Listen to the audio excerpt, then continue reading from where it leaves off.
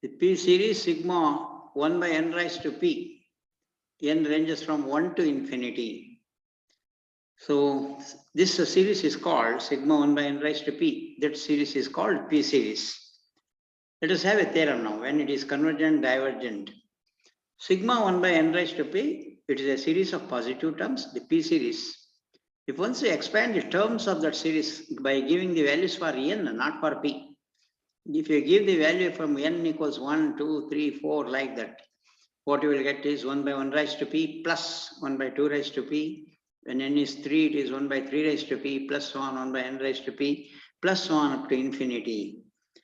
According to this theorem, this series is convergent if the value of P is greater than 1, and it is divergent if P equal to 1 and P is less than 1. Suppose P is greater than 1, it is convergent. Suppose P value is 3 is greater than 1, then it is convergent. If you take 1 by n power 4, 1 by n power 4, there the value of P is 4. 4 is greater than 1, so it is convergent. Suppose P is less than 1, suppose P is half, then 1 by n raised to half. 1 by n raised to half is nothing but 1 by root n. So that is divergent. Suppose P equal to 1. P equal to 1, you will have 1 by n. 1 by n, if you also expand this, you will get 1 plus 1 by 1 plus 1 by 2 plus 1 by 3, because P equal to 1. So that is 1 by 1, 1 by 2 plus 1 by 3 plus 1 by 4, so on. So this series is divergent because P value is 1. So it is convergent if P is greater than 1, divergent if P less than 1 and if P is equal to 1. Let us prove this theorem. Suppose case 1, P is greater than 1. What I have to prove is the series is convergent. If P is greater than 1, the series is convergent.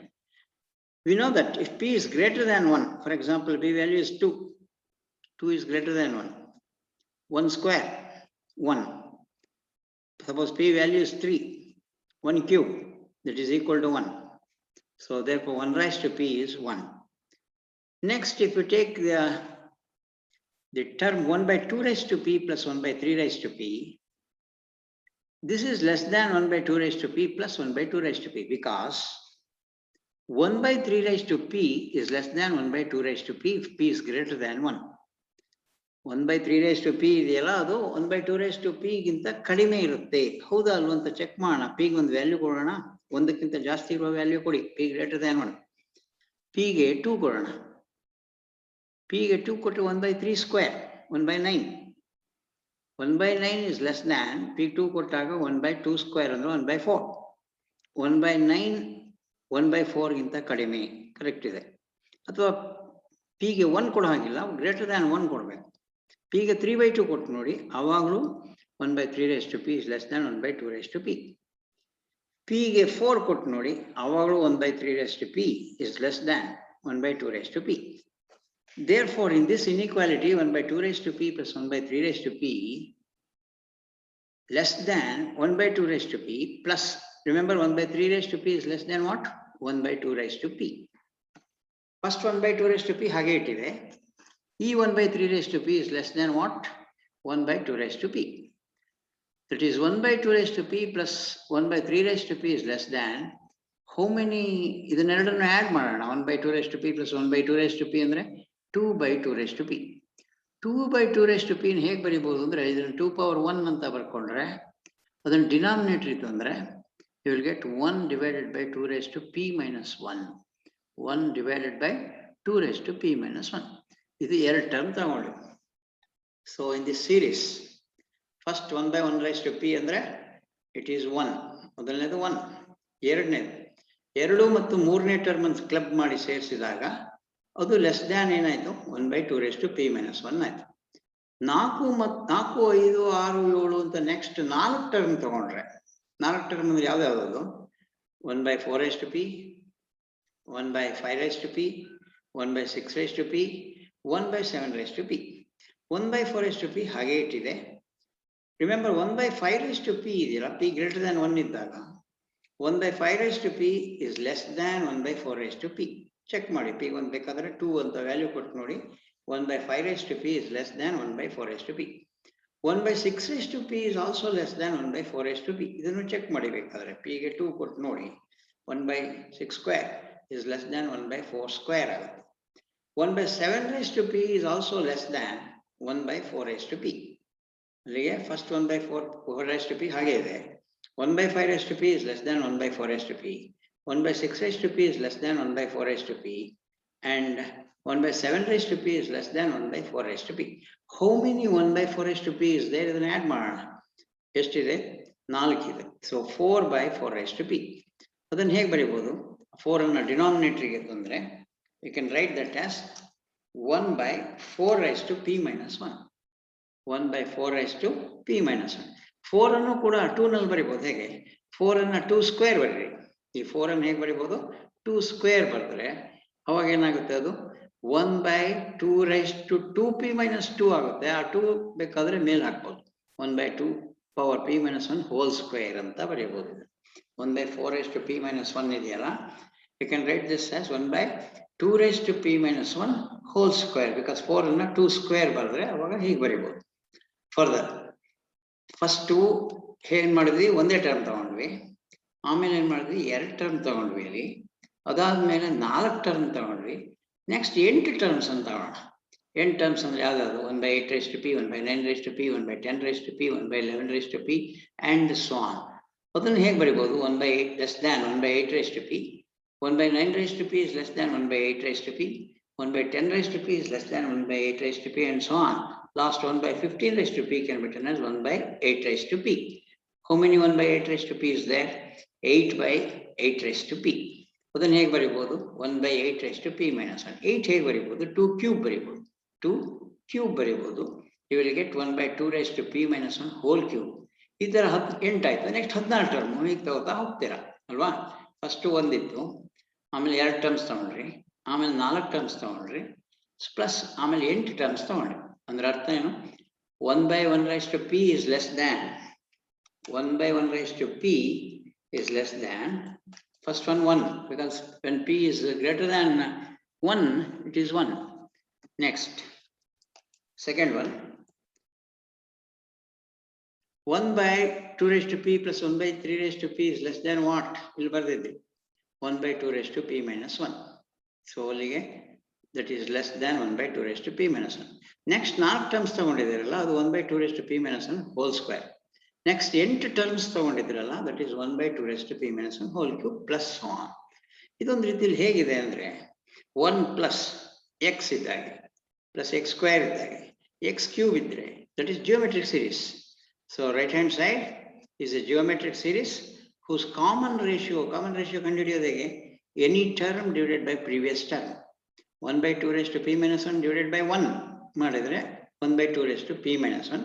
ಇದು 1 ಗಿಂತ ಕಡಿಮೆ ಇದೆ, ಯಾಕೆ half ಇದೆಯಲ್ಲ ಇಲ್ಲಿ. 1 by 2 ಇದೆ ಅಂದ್ರೆ this is less than 1 ಗಿಂತ ಕಡಿಮೆ. ಜಿಯೋಮೆಟ್ರಿಕ್ ಸೀರೀಸ್ ಯಾವಾಗ ಕನ್ವರ್ಜ್ ಆಗುತ್ತೆ ಅಂತ ನಿಮಗೆ ಹಿಂದೊಂದು ಥಿಯರಮ್ ಇತ್ತು. Sigma x raise to n converges if mod x less than 1. ಅಂದ್ರೆ 1 ಗಿಂತ ಕಡಿಮೆ ಇದ್ರೆ ಈ ರೈಟ್ ಹ್ಯಾಂಡ್ ಸೀರೀಸ್ ಏನಾಗಬೇಕೀಗ? ರೈಟ್ ಹ್ಯಾಂಡ್ ಸೀರೀಸ್ 1 ಗಿಂತ ಕಡಿಮೆ ಇದೆ. ಯಾವುದು? ಈ ಕಾಮನ್ ರೇಷಿಯೋ ಇದೆಯಲ್ಲ, ಅದು 1ಕ್ಕಿಂತ ಕಡಿಮೆ ಇದೆ ಅಂದ್ರೆ ಈ ರೈಟ್ ಹ್ಯಾಂಡ್ ಸೀರೀಸ್ ಏನಾಗುತ್ತೆ? ಕನ್ವರ್ಜೆಂಟ್ ಆಗುತ್ತೆ. ರೈಟ್ ಹ್ಯಾಂಡ್ ಸೀರೀಸ್ ಕನ್ವರ್ಜ್ ಆದರೆ left hand side is also convergent ಅಂತ ಯಾವ್ದಾದ್ರು ಟೆಸ್ಟ್ ಇದೆಯಾ? ಇದೆ. ಯಾವ್ದಿದೆ? That is first comparison test ಅಲ್ವಾ? So from the geometric series the series on the right hand side is convergent. By first comparison test given series is also convergent anta ide. By the first comparison test given series is also convergent. Next allige sigma 1 by n raised to p is convergent if p value is greater than 1. So illi on gamanisi idondu geometric series right side alli irodu adu 1 plus 1 by 2 raised to p minus 1 plus 1 by 2 raised to p minus 1 whole square plus so on. This is a geometric series. ಈ geometric series convergent ಆಗಬೇಕಾದ್ರೆ ಒಂದು theorem ಇದೆ. X ನ value ಇದೆ, X ಅಂದ್ರೆ 1 by 2 raised to p minus 1, X square X cube ಹೀಗಿದೆ. X ನ value 1ಕ್ಕಿಂತ ಕಡಿಮೆ ಇರಬೇಕು. Obviously if p is greater than 1, for example p3 ಇತ್ತು ಅಲ್ಲಿ, 3 ಇದ್ರೆ 3 minus 1 ಎಷ್ಟು 2. 1/2 ಸ್ಕ್ವೇರ್ ಆಗಿ 1/2 ಸ್ಕ್ವೇರ್ ಎಷ್ಟು 1/4. 1/4 ಅಂದ್ರೆ ಕಾಲ್ ಭಾಗ. ಅದು ಒಂದಕ್ಕಿಂತ ಕಡಿಮೆ ಇದೆಯಾ? ಎಸ್, ಒಂದಕ್ಕಿಂತ ಕಡಿಮೆ ಇದೆ. ಜಿಯೋಮೆಟ್ರಿಕ್ ಸೀರೀಸ್ ಕನ್ವರ್ಜ್ ಆಗೋದು if the mod x value is less than 1 ಅಂತ ಆ ಥಿಯರಮ್ ಅಲ್ಲಿ ಇದೆ ಅಲ್ವಾ? ಜಿಯೋಮೆಟ್ರಿಕ್ ಸೀರೀಸಿನ ಥಿಯರಮ್ ಅಲ್ಲಿ ಇದೆ. ದೇರ್ಫೋರ್ ಇದು ಕನ್ವರ್ಜ್ ಆಗುತ್ತೆ. ಇದು ಕನ್ವರ್ಜ್ ಆದ್ರೆ ಲೆಫ್ಟ್ ಹ್ಯಾಂಡ್ ಸೀರೀಸ್ ಇದೆಯಲ್ಲ, ಲೆಫ್ಟ್ ಹ್ಯಾಂಡ್ ಸೀರೀಸ್ ಯಾವುದು? Left hand series is sigma 1/n raised to p, left hand series. So ಆ ಸೀರೀಸ್ ಕನ್ವರ್ಜ್ ಆಗುತ್ತೆ ಅಂತ first comparison test. Sigma an sigma bn ಇದ್ರೆ ಸಿಗ್ಮಾ bn ಕನ್ವರ್ಜೆಂಟ್ ಆದ್ರೆ sigma an converge ಆಗುತ್ತೆ ಅನ್ನೋದು first comparison test. So by first comparison test, so that series is convergent. Bharat Naik, mute yourself. Bharat Naik, you mute yourself. Okay, right, thank you. Next. So therefore the series sigma 1/n raised to p is convergent if p greater than 1.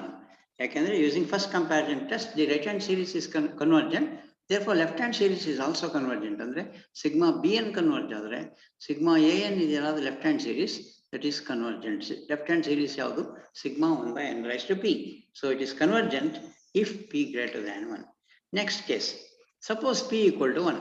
According to theorem ಏನು ಬರಬೇಕು ಅಂದ್ರೆ if p equal to 1 divergent ಬರಬೇಕು ಅಲ್ವಾ? Yes. Suppose p value is 1, p ಎಲ್ಲಿದೆಯೋ ಅಲ್ಲೆಲ್ಲ 1 substitute ಮಾಡ್ಬಿಡಿ. p value ಇರಲ್ಲ 1 substitute ಮಾಡ್ರಿ, ಏನಾಗುತ್ತೆ ನೋಡೋಣ. ಇಲ್ಲಿ p 1 ಕೊಟ್ಟಾಗ 1 plus 1/2 plus 1/3 plus 1/n plus on up to infinity. ಯಾಕಂದ್ರೆ p value 1. So p value 1 ಕೊಟ್ಟಾಗ what you will get is 1 plus 1/2 plus 1/3 1/4 1/5 1/6.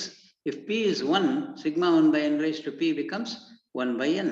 Like sigma 1/n ಆಯ್ತು ಅಲ್ವಾ? Next 1 plus half, that is first term ಹಾಗೆ ಇಟ್ಟಿದೆ 1 plus half.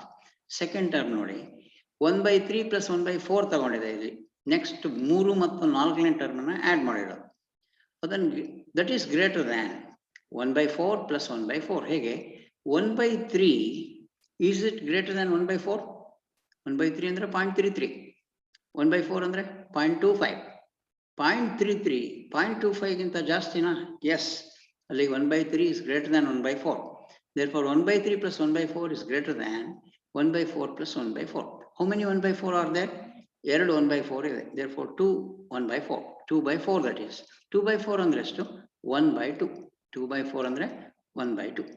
Next we have taken 4 terms. 4 terms ಯಾವುದು? 1/3 1/4 ಆಯ್ತು, 1/5 1/6 1/7 1/8. Next 4 terms ತಗೊಂಡಾಗ 1/5 plus 1/6 plus 1/7 plus 1/8. This is greater than 1/5 1/8 ಗಿಂತ ಜಾಸ್ತಿ. You can check this. 1/6 is greater than 1/8. 1/7 is greater than 1/8. So therefore you will get how many 1/8 here? 4 1/8. Add this 4/8. 4/8 ಅಂದ್ರೆ it is half. Next 1 plus half ಅಂತ ಒಂದು group ಮಾಡಿದ್ರಿ, 1/3 plus 1/4 ಅಂತ ಒಂದು group ಮಾಡಿದ್ರಿ, 1/5 plus 1/6 plus 1/7 plus 1/8 ಎಲ್ಲಿ group ಮಾಡಿರೋದು? ಇದು ಇದರಲ್ಲಿ 1 plus half ಒಂದು ಗ್ರೂಪು, 1/3 plus 1/4 ಒಂದು ಗ್ರೂಪು, 1/5 plus 1/6 plus 1/7 plus 1/8 ಅನ್ನೋದು ಇನ್ನೊಂದು ಗ್ರೂಪ್ ಮಾಡಿದಾಗ therefore here 1 plus half ಹಾಗೆ ಇದೆ ಅಲ್ವಾ? ಎಸ್. ನೆಕ್ಸ್ಟ್ 2 ಟರ್ಮ್ಸ್ ಇದೆಯಲ್ಲ 1/3 plus 1/4 is greater than half. ಆ ಹಾಫ್ ಅನ್ನ ಇಲ್ಲಿ ಎಂಟ್ರಿ ಮಾಡಿದೆ, ಇಲ್ಲಿ ಗ್ರೇಟರ್ ದ್ಯಾನ್ ಬರ್ದಿದೆ. ನೆಕ್ಸ್ಟ್ 4 ಟರ್ಮ್ಸ್ ಇದೆಯಲ್ಲ this is greater than half ಅಂತ ಇದೆ. 4 ಟರ್ಮ್ಸ್ ಆಡ್ ಮಾಡಿದ್ದು ಹಾಫ್ ಇಂತ ಜಾಸ್ತಿ, ಅದನ್ನ ಪ್ಲಸ್ ಹಾಫ್ ಅಂತ ಬಂದಿದೆ. ನೆಕ್ಸ್ಟ್ ಇದೇ ತರ ಮಾಡ್ತಾ ಹೋದ್ರೆ ಹಾಫ್ ಹಾಫ್ ಹಾಫ್ ಬರ್ತಾ ಹೋಗುತ್ತೆ ಅಲ್ವಾ? So next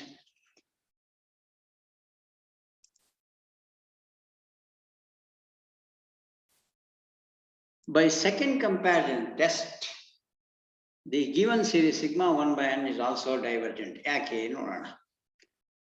so right series ಇದೆಯಲ್ಲ, ರೈಟ್ ಸೀರೀಸ್ ಏನಿದು 1 plus 1/2 1/2 1/2 ಎಲ್ಲ ಆಡ್ ಮಾಡಿದ್ರೆ n/2 ಬರುತ್ತೆ ಅಲ್ವಾ? n ಟರ್ಮ್ಸ್ ಅನ್ನು ಆಡ್ ಮಾಡಿದ್ರೆ ಸಮ್ ಆಫ್ n ಟರ್ಮ್ಸ್ ತಗೋಬೇಕಲ್ಲ, ಆಡ್ ಮಾಡಿದಾಗ 1 plus n/2 ಬರುತ್ತೆ.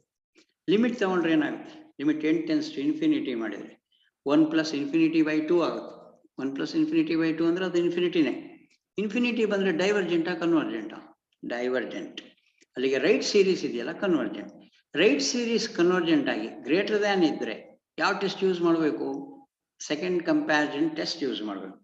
ಸೆಕೆಂಡ್ ಕಂಪ್ಯಾರಿಸನ್ ಟೆಸ್ಟ್ ಪ್ರಕಾರ ಎರಡು ಸೀರೀಸ್ ಇದೆ. ಒಂದು ಸಿಗ್ಮಾ 1/n ಅನ್ನೋದು ಒಂದು ಸೀರೀಸು, ಇನ್ನೊಂದು ಸಿಗ್ಮಾ 1 plus n/2.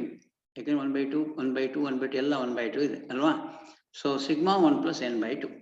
ಅದರ ಲಿಮಿಟ್ ತಗೊಂಡಾಗ ರೈಟ್ ಸೈಡ್ ಇನ್ಫಿನಿಟಿ ಬರುತ್ತೆ, ಆದ್ರಿಂದ ಲೆಫ್ಟ್ ಸೈಡ್ ಆಲ್ಸೋ ಇನ್ಫಿನಿಟಿ ಬರುತ್ತೆ. ಲೆಫ್ಟ್ ಸೈಡ್ ಇನ್ಫಿನಿಟಿ ಬರುತ್ತೆ ಅಂದ್ರೆ ಡೈವರ್ಜೆಂಟಾ ಕನ್ವರ್ಜೆಂಟಾ? Divergent. So this is by second comparison test. ಡೈವರ್ಜೆನ್ಸಿಗೆ ಸೆಕೆಂಡ್ ಕಂಪ್ಯಾರಿಸನ್ ಟೆಸ್ಟ್, ಕನ್ವರ್ಜೆನ್ಸಿಗೆ first comparison test. So second comparison test given series is also convergent. Second comparison test in a condition satisfy ಮಾಡಿದೆ. ಏನು condition second comparison test condition ಹೇಳಿ? Right series ಅಂದ್ರೆ bn ಇದ್ದಾಗ ಇದು, left series an ಇದ್ದಾಗ bn divergent ಆದ್ರೆ an ಕೂಡ divergent ಅನ್ನೋದು that is the second comparison test. ಇಲ್ಲಿ 1 plus n/2 ಆಗುತ್ತೆ. ಸಮ್ ಆಫ್ n ಟರ್ಮ್ಸ್ ತಗೊಂಡಾಗ 1 plus n/2, ಯಾಕಂದ್ರೆ half plus half plus half ಎಷ್ಟಿದೆ? n. So 1 plus n/2. Limit ತಗೊಂಡಾಗ 1 plus infinity by 2. 1 plus infinity by 2 ಅಂದ್ರೆ infinity. ಅಲ್ಲಿಗೆ right series is divergent. Infinity ಬರೋದ್ರಿಂದ it diverges to plus infinity. ಆದ್ರಿಂದ left series also divergent. It diverges to plus infinity. This is by second comparison test. Next case 3. Suppose p is less than 1. p 1 ಗಿಂತ ಕಡಿಮೆ ಇದ್ರೆ ಅವಾಗಲೂ divergent ಬರಬೇಕು, ನೋಡೋಣ. Suppose if p is less than 1, n raised to p is less than n. ಹೌದು ಅಲ್ವಾ? ನೋಡೋಣ. ಒಂದು p ಒಂದು ವ್ಯಾಲ್ಯೂ ಕೊಡೋಣ, n ಗೂ ವ್ಯಾಲ್ಯೂ ಕೊಡೋಣ. n ಗೆ ಯಾವ್ದು ಕೊಡೋಣ? 2 ಕೊಡೋಣ. ಎಸ್. p ಗೆ ಒಂದಕ್ಕಿಂತ ಕಡಿಮೆ ಇರುವ ವ್ಯಾಲ್ಯೂ ಕೊಡಬೇಕು. ಒಂದಕ್ಕಿಂತ ಕಡಿಮೆ ಇರುವ ವ್ಯಾಲ್ಯೂ ಅಂದ್ರೆ 0 ಕೊಟ್ರೆ ಏನಾಗ್ಬೋದು? p ಗೆ 0 ಕೊಟ್ಬಿಡೋಣ. p 0 ಅನ್ನೋದು ಒಂದಕ್ಕಿಂತ ಕಡಿಮೆ ತಾನೆ. p ಗೆ 0 ಕೊಟ್ರೆ n ಗೆ 1 ಕೊಡೋಣ. 1 power 0 ಅಥವಾ n ಗೆ 2 ಕೊಡೋಣ. 2 power 0 1 ಲೆಸ್ ದ್ಯಾನ್ 2. ಕರೆಕ್ಟ್ ಇದೆಯಾ? n ಗೆ 2 ಕೊಡೋಣ, p ಗೆ 0 ಕೊಡೋಣ. p ಒಂದಕ್ಕಿಂತ ಕಡಿಮೆ ಕೊಡಬೇಕಲ್ಲ ವ್ಯಾಲ್ಯೂ. n ಗೆ 2 ಕೊಟ್ಟು p ಗೆ 0 ಕೊಟ್ಟರೆ 2 power 0 ಅಂದ್ರೆ 1 ಆಯ್ತು. ಲೆಸ್ ದ್ಯಾನ್ n ಗೆ 2 ಕೊಟ್ಟಿದ್ದೀರಾ. 1 is less than 2. ಸರಿ ಇದೆಯಾ? ಸರಿ ಇದೆ. ಆದ್ರಿಂದ if p is less than 1, n raised to p is less than n. Reciprocal ತಗೊಳ್ಳೋಣ. What is the reciprocal? 1 by n raised to p ಅಲ್ವಾ? ರೈಟ್ ಸೈಡಿಗೆ ರೆಸಿಪ್ರೋಕಲ್ ಅಂದ್ರೆ 1 by n.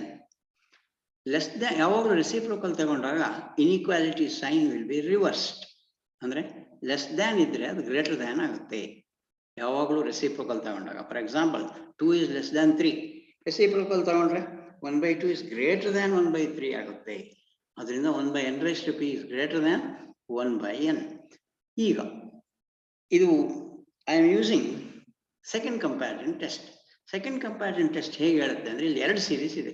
ಒಂದು sigma 1 by n raised to p. Right side ಅಲ್ಲಿ ಯಾವ್ದಿದೆ? Sigma 1 by n. Sigma 1 by n divergent ಅಂತ ಈಗಷ್ಟೇ prove ಮಾಡಿದ್ವಿ ನಾವು. ಯಾವುದು? Sigma 1 by n is divergent ಅಂತ ಪ್ರೂವ್ ಮಾಡಿದ್ವಿ. ರೈಟ್ ಸೀರೀಸ್ ಡೈವರ್ಜೆಂಟ್ ಆದ್ರೆ ಲೆಫ್ಟ್ ಸೀರೀಸ್ ಏನಾಗಬೇಕು ಅವಾಗ? ಅದು ಕೂಡ ಡೈವರ್ಜೆಂಟ್ ಆಗಲೇಬೇಕು ಅನ್ನೋದು ಸೆಕೆಂಡ್ ಕಂಪ್ಯಾರಿಸನ್ ಟೆಸ್ಟ್ ಅಲ್ವಾ? So therefore, sigma 1 by n is divergent according to the previous case. That is, by second comparison test, left series sigma 1 by n raised to p is also divergent. Yavaga if p is less than 1. So therefore, sigma 1 raised to conclusion bariyana hege. Sigma 1 by n raised to p convergent agade yavaga p greater than 1 case 1 adu. Divergent if p equal to 1 case 2 adu. Divergent if p is less than 1, that is case 3. ಈ ಮೂರು ಕೇಸಲ್ಲೂ prove ಆಗಿದೆ. So therefore sigma 1 by n raised to p is convergent, divergent according to the value of p. Remember, p ಮೇಲೆ depend ಆಗುತ್ತೆ, not depend, it doesn't depend on n. n ಮೇಲೆ depend ಆಗಲ್ಲ. ಯಾವುದ್ರ ಮೇಲೆ depend ಆಗುತ್ತೆ? p ಮೇಲೆ depend ಆಗುತ್ತೆ. p ಒಂದಕ್ಕಿಂತ ಕಡಿಮೆ ಅಥವಾ ಈಕ್ವಲ್ ಟು ಇದ್ರೆ ಡೈವರ್ಜೆಂಟ್, p ಒಂದಕ್ಕಿಂತ ಜಾಸ್ತಿ ಇದ್ರೆ ಅದು convergent. Next, let us have problems on this. Test the convergence of the following series: 1 by 1 into 2 plus 1 by 3 into 4 plus 1 by 5 into 6 plus so on up to infinity. You have to test whether this series is convergent or divergent. ಅದಕ್ಕೆ ನಾವು ಇದರ nth term ಅನ್ನ ಬರೆಯಬೇಕು. nth term ಬರೆಯೋದಕ್ಕೆ ನಮ್ಗೆ ಏನಾದರೂ ಒಂದು idea ಬೇಕು. nth ಟರ್ಮ್ ಹೇಗೆ ಬರುತ್ತೆ ಅಲ್ವಾ? ನೋಡಿ, ಒಂದು ಗಮನಿಸಿ, ಇಲ್ಲಿ ಮೊದಲು 1 ಇದೆ, ಅದಾದ್ಮೇಲೆ 3 ಇದೆ ಎರಡನೇ ಟರ್ಮಲ್ಲಿ. ಎರಡನೇ ಟರ್ಮಲ್ಲಿ ಮೊದಲನೇದು 3, ಮೂರನೇ ಟರ್ಮಲ್ಲಿ ಮೊದಲನೇದು 5. ಅಂದ್ರೆ 2 ಸೀರೀಸ್ ಇದೆ ಇದರಲ್ಲಿ, 1, 3, 5 ಅಂತ ಅಲ್ವಾ? The first factors are 1, 3, 5. ಅದು ಒಂದು ಅರ್ಥಮೆಟಿಕ್ ಪ್ರೋಗ್ರೆಷನ್ ಅಲ್ಲಿ ಇದೆ. ಹೇಗಿದೆ? ಅರ್ಥಮೆಟಿಕ್ ಪ್ರೋಗ್ರೆಷನ್ ಅಂತ ಯಾವಾಗ ಇರ್ತವೆ? ಕಾಮನ್ ಡಿಫರೆನ್ಸ್ ಇರ್ಬೇಕು. ಕಾಮನ್ ಡಿಫರೆನ್ಸ್ ಇದೆಯಾ ಇದಕ್ಕೆ? 1ಕ್ಕೂ 3ಕ್ಕೂ ಕಾಮನ್ ಡಿಫರೆನ್ಸ್ 2 ಇದೆ, 3ಕ್ಕೂ 5ಕ್ಕೂ ಕಾಮನ್ ಡಿಫರೆನ್ಸ್ 2 ಇದೆ ಅಲ್ವಾ? ಅಲ್ಲಿ 1, 3, 5 ಅನ್ನೋದು ಒಂದು ಸೀರೀಸ್ ಇದೆ. ಇನ್ನೊಂದು 2, 4, 6 ಅಂತಿದೆ, ಅದಕ್ಕೂ ಕಾಮನ್ ಡಿಫರೆನ್ಸ್ ಇದೆಯಾ? ಇದೆ. 2 ಆದ್ಮೇಲೆ ಇನ್ನೆರಡು ಸೇರಿಸಿದ್ರೆ 4, 4ಕ್ಕೆ 2 ಸೇರಿಸಿದ್ರೆ 6. ಇದು ಕೂಡ ಅರ್ಥಮೆಟಿಕ್ ಪ್ರೋಗ್ರೆಷನ್ ಅಲ್ಲಿ ಇದೆ. nth term of arithmetic progression ಗೆ ಒಂದು ಫಾರ್ಮುಲಾ ಇದೆ. ಏನಿದೆ? a plus n-1 into d ಅಂತ ಒಂದು ಫಾರ್ಮುಲಾ ಇದೆ nth ಟರ್ಮ್ ಕಂಡುಹಿಡಿಯೋದಕ್ಕೆ. a ಅಂದ್ರೆ ಫಸ್ಟ್ ಟರ್ಮ್, ರಿಮೆಂಬರ್. d ಅಂದ್ರೆ ಕಾಮನ್ ಡಿಫರೆನ್ಸ್. a ಅಂದ್ರೆ ಫಸ್ಟ್ ಟರ್ಮ್, d ಅಂದ್ರೆ ಕಾಮನ್ ಡಿಫರೆನ್ಸ್, n ಅಂದ್ರೆ ನಂಬರ್ ಆಫ್ ಟರ್ಮ್ಸ್. ಅದು n ಹಾಗೆ ಇರುತ್ತೆ ಬಿಡಿ. a ಅಂದ್ರೆ 1, a ಅಂದ್ರೆ 1 ಫಸ್ಟ್ ಟರ್ಮ್ ಅಲ್ವಾ? ಫಸ್ಟ್ ಟರ್ಮ್ 1 ತಾನೆ. 1, 3, 5 ಅಲ್ಲಿ first term 1. Next number of terms -1, that is n-1. Common difference 5ಕ್ಕೂ 3ಕ್ಕೂ ಇರುವ ಕಾಮನ್ ಡಿಫರೆನ್ಸ್. ಮುಂದಿನ ಟರ್ಮ್ ಅಲ್ಲಿ ಹಿಂದಿನ ಟರ್ಮ್ ಕಳೆದ್ರೆ ಕಾಮನ್ ಡಿಫರೆನ್ಸ್ ಬರುತ್ತೆ. 5ರಲ್ಲಿ 3 ಕಳೆದ್ರೆ 2 ಬರುತ್ತೆ, ಅಥವಾ 3ರಲ್ಲಿ 1 ಕಳೆದ್ರು 2 ಬರುತ್ತೆ. So 1 plus n-1 into t. So what you will get is, simplify ಮಾಡಿದ್ರೆ 2n-1 ಬರುತ್ತೆ. ನೆಕ್ಸ್ಟ್ ಅದೇ ತರ ಇನ್ನೊಂದಿದೆ ಇದರಲ್ಲಿ, 2, 4, 6 ಇದೆ ಅಲ್ವಾ? ಸೊ ದೇರ್ಫೋರ್ ಅದಕ್ಕೇನು ಬರೀತೀರಾ? 2, 4, 6ಗೆ ಅದೇ ತರ ಈ ಫಾರ್ಮುಲಾ ಉಪಯೋಗಿಸಿದ್ರು ಬರುತ್ತೆ, ಇಲ್ಲ ಹಾಗೆ ಅಂದಾಜು ಹಾಕ್ಬೋದು. 2, 4, 6 ಬರಬೇಕು ಅಂದ್ರೆ 2n. 2n ಅಂದ್ರೆ n-ಗೆ 1 ಕೊಟ್ಟಾಗ 2, 2 ಕೊಟ್ಟಾಗ 4 ಬರಬೇಕು. 2n ಅಲ್ಲಿ n-ಗೆ 3 ಕೊಟ್ಟಾಗ 6 ಬರಬೇಕು. ಬರುತ್ತಾ? ಬರುತ್ತೆ. ಇಲ್ಲ ಅಂದ್ರೆ ಈ ಫಾರ್ಮುಲಾನೇ ಉಪಯೋಗಿಸ್ಬೋದು. ಹೇಗೆ? a ಗೆ 2 ಕೊಡಬೇಕಾಗುತ್ತೆ, ಮೊದಲನೇ ಟರ್ಮ್ 2 ಆಗುತ್ತೆ ಅವಾಗ. n-1 ಇಂಟು ಕಾಮನ್ ಡಿಫರೆನ್ಸ್, 4 ಮತ್ತು 2ಕ್ಕೂ ಇರುವ ಡಿಫರೆನ್ಸ್ ಎಷ್ಟು? 2. ಆ 2 ಬರೆದು ಸಿಂಪ್ಲಿಫೈ ಮಾಡಿದ್ರೆ 2n ಬರುತ್ತೆ. ಅಲ್ಲಿಗೆ second factor n term 2n ಆಯಿತು. ಫಸ್ಟ್ ಫ್ಯಾಕ್ಟರ್ n ಟರ್ಮ್ ಯಾವುದು? 2n-1 ಆಯಿತು. ನ್ಯೂಮರೇಟರ್ ಅಲ್ಲಿ ಎಲ್ಲದಕ್ಕೂ 1, 1, 1 ಇದೆ.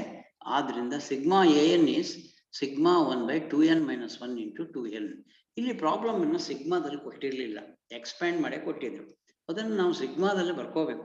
ಸಿಗ್ಮಾದಲ್ಲಿ ಬರಿಬೇಕಾದ್ರೆ ಹೇಗೆ? ಅದಕ್ಕೊಂದು ಕಾಮನ್ ಫ್ಯಾಕ್ಟರು, ಅರ್ಥಮೆಟಿಕ್ ಪ್ರೋಗ್ರೆಷನ್ ಇವೆಲ್ಲವನ್ನು ಕ್ಯಾಲ್ಕುಲೇಟ್ ಮಾಡಿ. So what you can write is sigma n is 1/2n-1 into 2n. ಯಾಕೆ 1 ಮೇಲ್ಗಡೆ ಬಂತು ಅಂದ್ರೆ ಇವೆಲ್ಲದಕ್ಕೂ 1, 1, 1, 1 ಇರೋದ್ರಿಂದ 1 ಬರಲೇಬೇಕು. So 1/2n-1 into n, 2n this is. Next, we know that 2n-1 is greater than n for a very natural number. ಗಮನಿಸಿ, n value ಕೊಟ್ಟು ನೋಡಿ ಗೊತ್ತಾಗುತ್ತೆ. n 1 ಕೊಟ್ರೆ 2-1 1, n-ಗೆ 2 ಕೊಟ್ರೆ, n-ಗೆ 2 ಕೊಟ್ರೆ 2 into 2 4-1 3. 3 is greater than 2. Correct ಇದೆಯಾ? ಕರೆಕ್ಟ್ ಇದೆ. ಈಕ್ವಲ್ ಟು ಯಾವ ಬರುತ್ತೆ? n-ಗೆ 1 ಕೊಟ್ಟಾಗ ಬರುತ್ತೆ ನೋಡಿ. 2-1 1 ಈಕ್ವಲ್ಸ್ 1 ಬರುತ್ತೆ. ಅಲ್ಲಿಗೆ 2n-1 ಯಾವಾಗಲೂ it is greater than n. Reciprocal ತಗೊಂಡ್ರೆ ಇನ್ಇಕ್ವಾಲಿಟಿ ಸೈನ್ ಏನಾಗುತ್ತೆ? ರಿವರ್ಸ್ ಆಗುತ್ತೆ. ಅಂದ್ರೆ 1/2n-1 ತಗೊಂಡ್ರೆ ಇಲ್ಲಿಗೂ ರೆಸಿಪ್ರೋಕಲ್ 1/n ಮಾಡಿದ್ರೆ this is less than or equal to 1/n. Next, multiply both sides by 2n. ಯಾಕೆಂದ್ರೆ ನಮಗೆ 2n ಇಂಟು 2n-1 ಇದು ಬೇಕು, 1/2n-1 ಇಂಟು 2n ಬೇಕು. ಆದ್ರಿಂದ multiply both sides by 1/2n. ಎರಡು ಕಡೆ ಮಲ್ಟಿಪ್ಲೈ ಮಾಡಿದ್ರೆ 1/2n-1 into 2n less than or equal to 1/2n. This is 1/2n-1 into 2n less than or equal to 1/2n square, because 2n into n ಅಂದ್ರೆ 2n square. Next, if it right hand series, ಈಗ sigma apply ಮಾಡೋಣ ಇದಕ್ಕೆ. ಇಲ್ಲಿ sigma 1/2n-1 into 2n ಇದು ನಮ್ಮ given series, given problem ಇತ್ತಲ್ಲ ಇದನ್ನೇನು ಇದು ದಟ್ ಈಸ್ 1/1 ಇಂಟು 2, 1/3 ಇಂಟು 4. ಅದನ್ನ n ಟರ್ಮ್ ಬರೆದು ಸಿಗ್ಮಾದಲ್ಲಿ ಬರೆಯೋದಾದ್ರೆ sigma 1/2n-1 into 2n less than or equal to half ಬೇಕಾದ್ರೆ ಆಚೆ ತೆಗೆದುಕೊಳ್ಳೋಣ ಕಾನ್ಸ್ಟೆಂಟ್ ಇರೋದ್ರಿಂದ, sigma 1/n square. Sigma 1/n square. ಈಗ ಇದು ಕನ್ವರ್ಜ್ ಆಗುತ್ತೋ ಡೈವರ್ಜ್ ಆಗುತ್ತೋ ಅನ್ನೋದು ಯಾವುದ್ರ ಮೇಲೆ ತೀರ್ಮಾನ ಆಗಿದೆ ಅಂದ್ರೆ ರೈಟ್ ಸೀರೀಸ್ ಮೇಲೆ ತೀರ್ಮಾನ ಆಗಿದೆ. What is the right series? 1/2 ಬಿಡಿ, ಕಾನ್ಸ್ಟೆಂಟ್ ಆಯ್ತು. Sigma 1/n square is the right series. Sigma 1/n square ಇದೆಯಲ್ಲ, ಅದು ಪಿ ಸೀರೀಸ್ ಪ್ರಕಾರ ಕನ್ವರ್ಜೆಂಟಾ ಡೈವರ್ಜೆಂಟಾ? ಪಿ ಸೀರೀಸ್ ಅಲ್ಲಿ ಸಿಗ್ಮಾ 1/n⁻p ಇದ್ರೆ P value ಒಂದಕ್ಕಿಂತ ಜಾಸ್ತಿ ಇದ್ರೆ ಕನ್ವರ್ಜೆಂಟ್ ಅಂತ ಇದೆ. What is the value of P here? P value 2 ತಾನೆ, ಅದು ಒಂದಕ್ಕಿಂತ ಜಾಸ್ತಿ. ಅದರಿಂದ sigma 1 by n square is a P series because P value 2, it is greater than 1, adrinda it is convergent. So P series bada important. Sigma 1 by n square is convergent. Allige left series enaಗಬೇಕು according to third comparison, second comparison test. So left series is also convergent. Allige by first comparison test 1 by 2n minus 1 into 2n andre adu given problem adu, that is also convergent. Could you understand this problem? Yes, somebody, Vaishnavian? Yes, sir. Okay.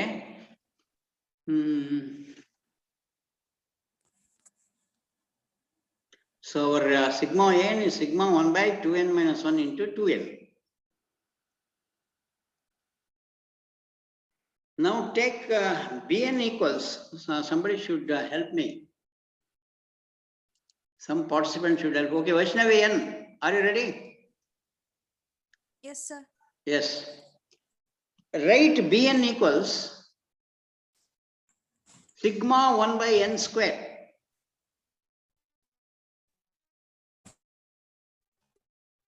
Okay.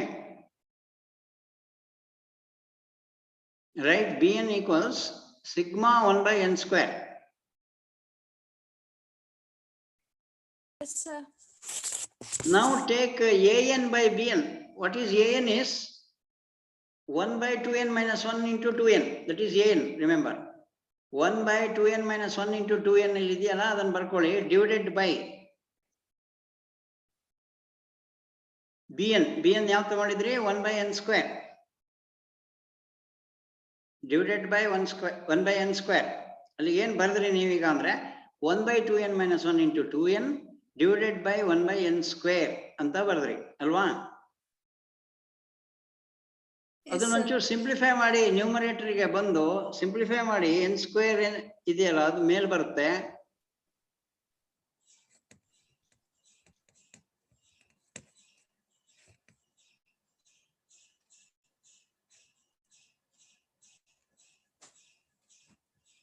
Okay, ನಿಮ್ಗೆ ಕಷ್ಟ ಆಗ್ಬೋದು. ನಾನೇ ಈ problem ಅನ್ನ ಬೇರೆ ರೀತಿಯಲ್ಲಿ ಮಾಡಬೇಕು. ಹೇಳಿ, n divided n divided by n divided by 2n minus 1 into 2. into 2 ಅಲ್ವಾ? ಅದ್ರಲ್ಲಿ ಒಂದು n ಆಚೆ ತೆಗೆದ್ಬಿಡಿ ಡಿನಾಮಿನೇಟರ್ ಅಲ್ಲಿ. n ಆಚೆ ತೆಗೆದಾಗ 2 minus 1 by n ಆಗುತ್ತೆ, ಅದು into 2 ಅಲ್ವಾ? ಹಾ ಸರ್. n ಆಚೆ ತೆಗೆದಾಗ 2 minus 1 by n into 2 ಆಗುತ್ತೆ ಅಲ್ವಾ? 1 by n. ಹಾ ಸರ್. ಹಾ ಸರ್. ಹೌದಾ? n ಅನ್ನು ಕ್ಯಾನ್ಸಲ್ ಮಾಡಿ, ನ್ಯೂಮರೇಟರ್ ಒಂದು n ಬಂದಿತ್ತಲ್ಲ ಅದನ್ನ ಕ್ಯಾನ್ಸಲ್ ಮಾಡಿ ಏನು ಉಳಿತು? 1 by 2 minus 1 by n into 2. ಈಗ n tends to infinity ತಗೊಳ್ಳಿ. n ಗೆ ಇನ್ಫಿನಿಟಿ ಸಬ್ಸ್ಟಿಟ್ಯೂಟ್ ಮಾಡಿ, 1 by infinity ಅಂದ್ರೆ 0. ಏನು ಉಳಿಯುತ್ತೆ ಹೇಳಿ? 1 by 4. 1 by 4 ಉಳಿತಲ್ವಾ? Is it a finite quantity? Yes, sir. Yes. ಮೂರನೇ ಕಂಪ್ಯಾರಿಸನ್ ಟೆಸ್ಟ್ ಇದೆಯಲ್ಲ ಹೇಗಿದೆ ಅಂದ್ರೆ, limit of an by bn as n tends to infinity finite non zero quantity ಬಂದ್ರೆ, 1 by 4 ಬಂದಿದೆ, 0ನೂ ಅಲ್ಲ, it is a finite quantity ಬಂದ್ರೆ sigma an and sigma bn converge or diverge together ಅಂತ third comparison test ಅಲ್ಲಿ ಇದೆ. ಅಂದ್ರೆ sigma bn diverge ಆದ್ರೆ ಸಿಗ್ಮಾ an ಡೈವರ್ಜ್ ಆಗುತ್ತೆ, ಸಿಗ್ಮಾ bn ಕನ್ವರ್ಜ್ ಆದ್ರೆ ಸಿಗ್ಮಾ an ಡೈವರ್ಜ್ ಆಗುತ್ತೆ. ನೀವು bn ಏನ್ ತಗೊಂಡಿದ್ರಿ? Sigma 1 by n square. ಹೌದು, ಅಲ್ಲಿ 1 by n raised to p formal ಆದ್ರೆ p ವ್ಯಾಲ್ಯೂ ಎಷ್ಟು? 2. ಅದು ಒಂದಕ್ಕಿಂತ ಜಾಸ್ತಿನಾ ಕಡಿಮೆನಾ? ಒಂದಕ್ಕಿಂತ ಜಾಸ್ತಿ. ಒಂದಕ್ಕಿಂತ ಜಾಸ್ತಿ ಇದ್ರೆ ಕನ್ವರ್ಜೆಂಟಾ ಡೈವರ್ಜೆಂಟಾ? ಡೈವರ್ಜೆಂಟ್. ಒಂದು ನಿಮಿಷ ತೋರಿಸ್ತೇನೆ ನೋಡಿ, ಇಲ್ಲಿ ನೋಡಿ, ಹೇಳಿ.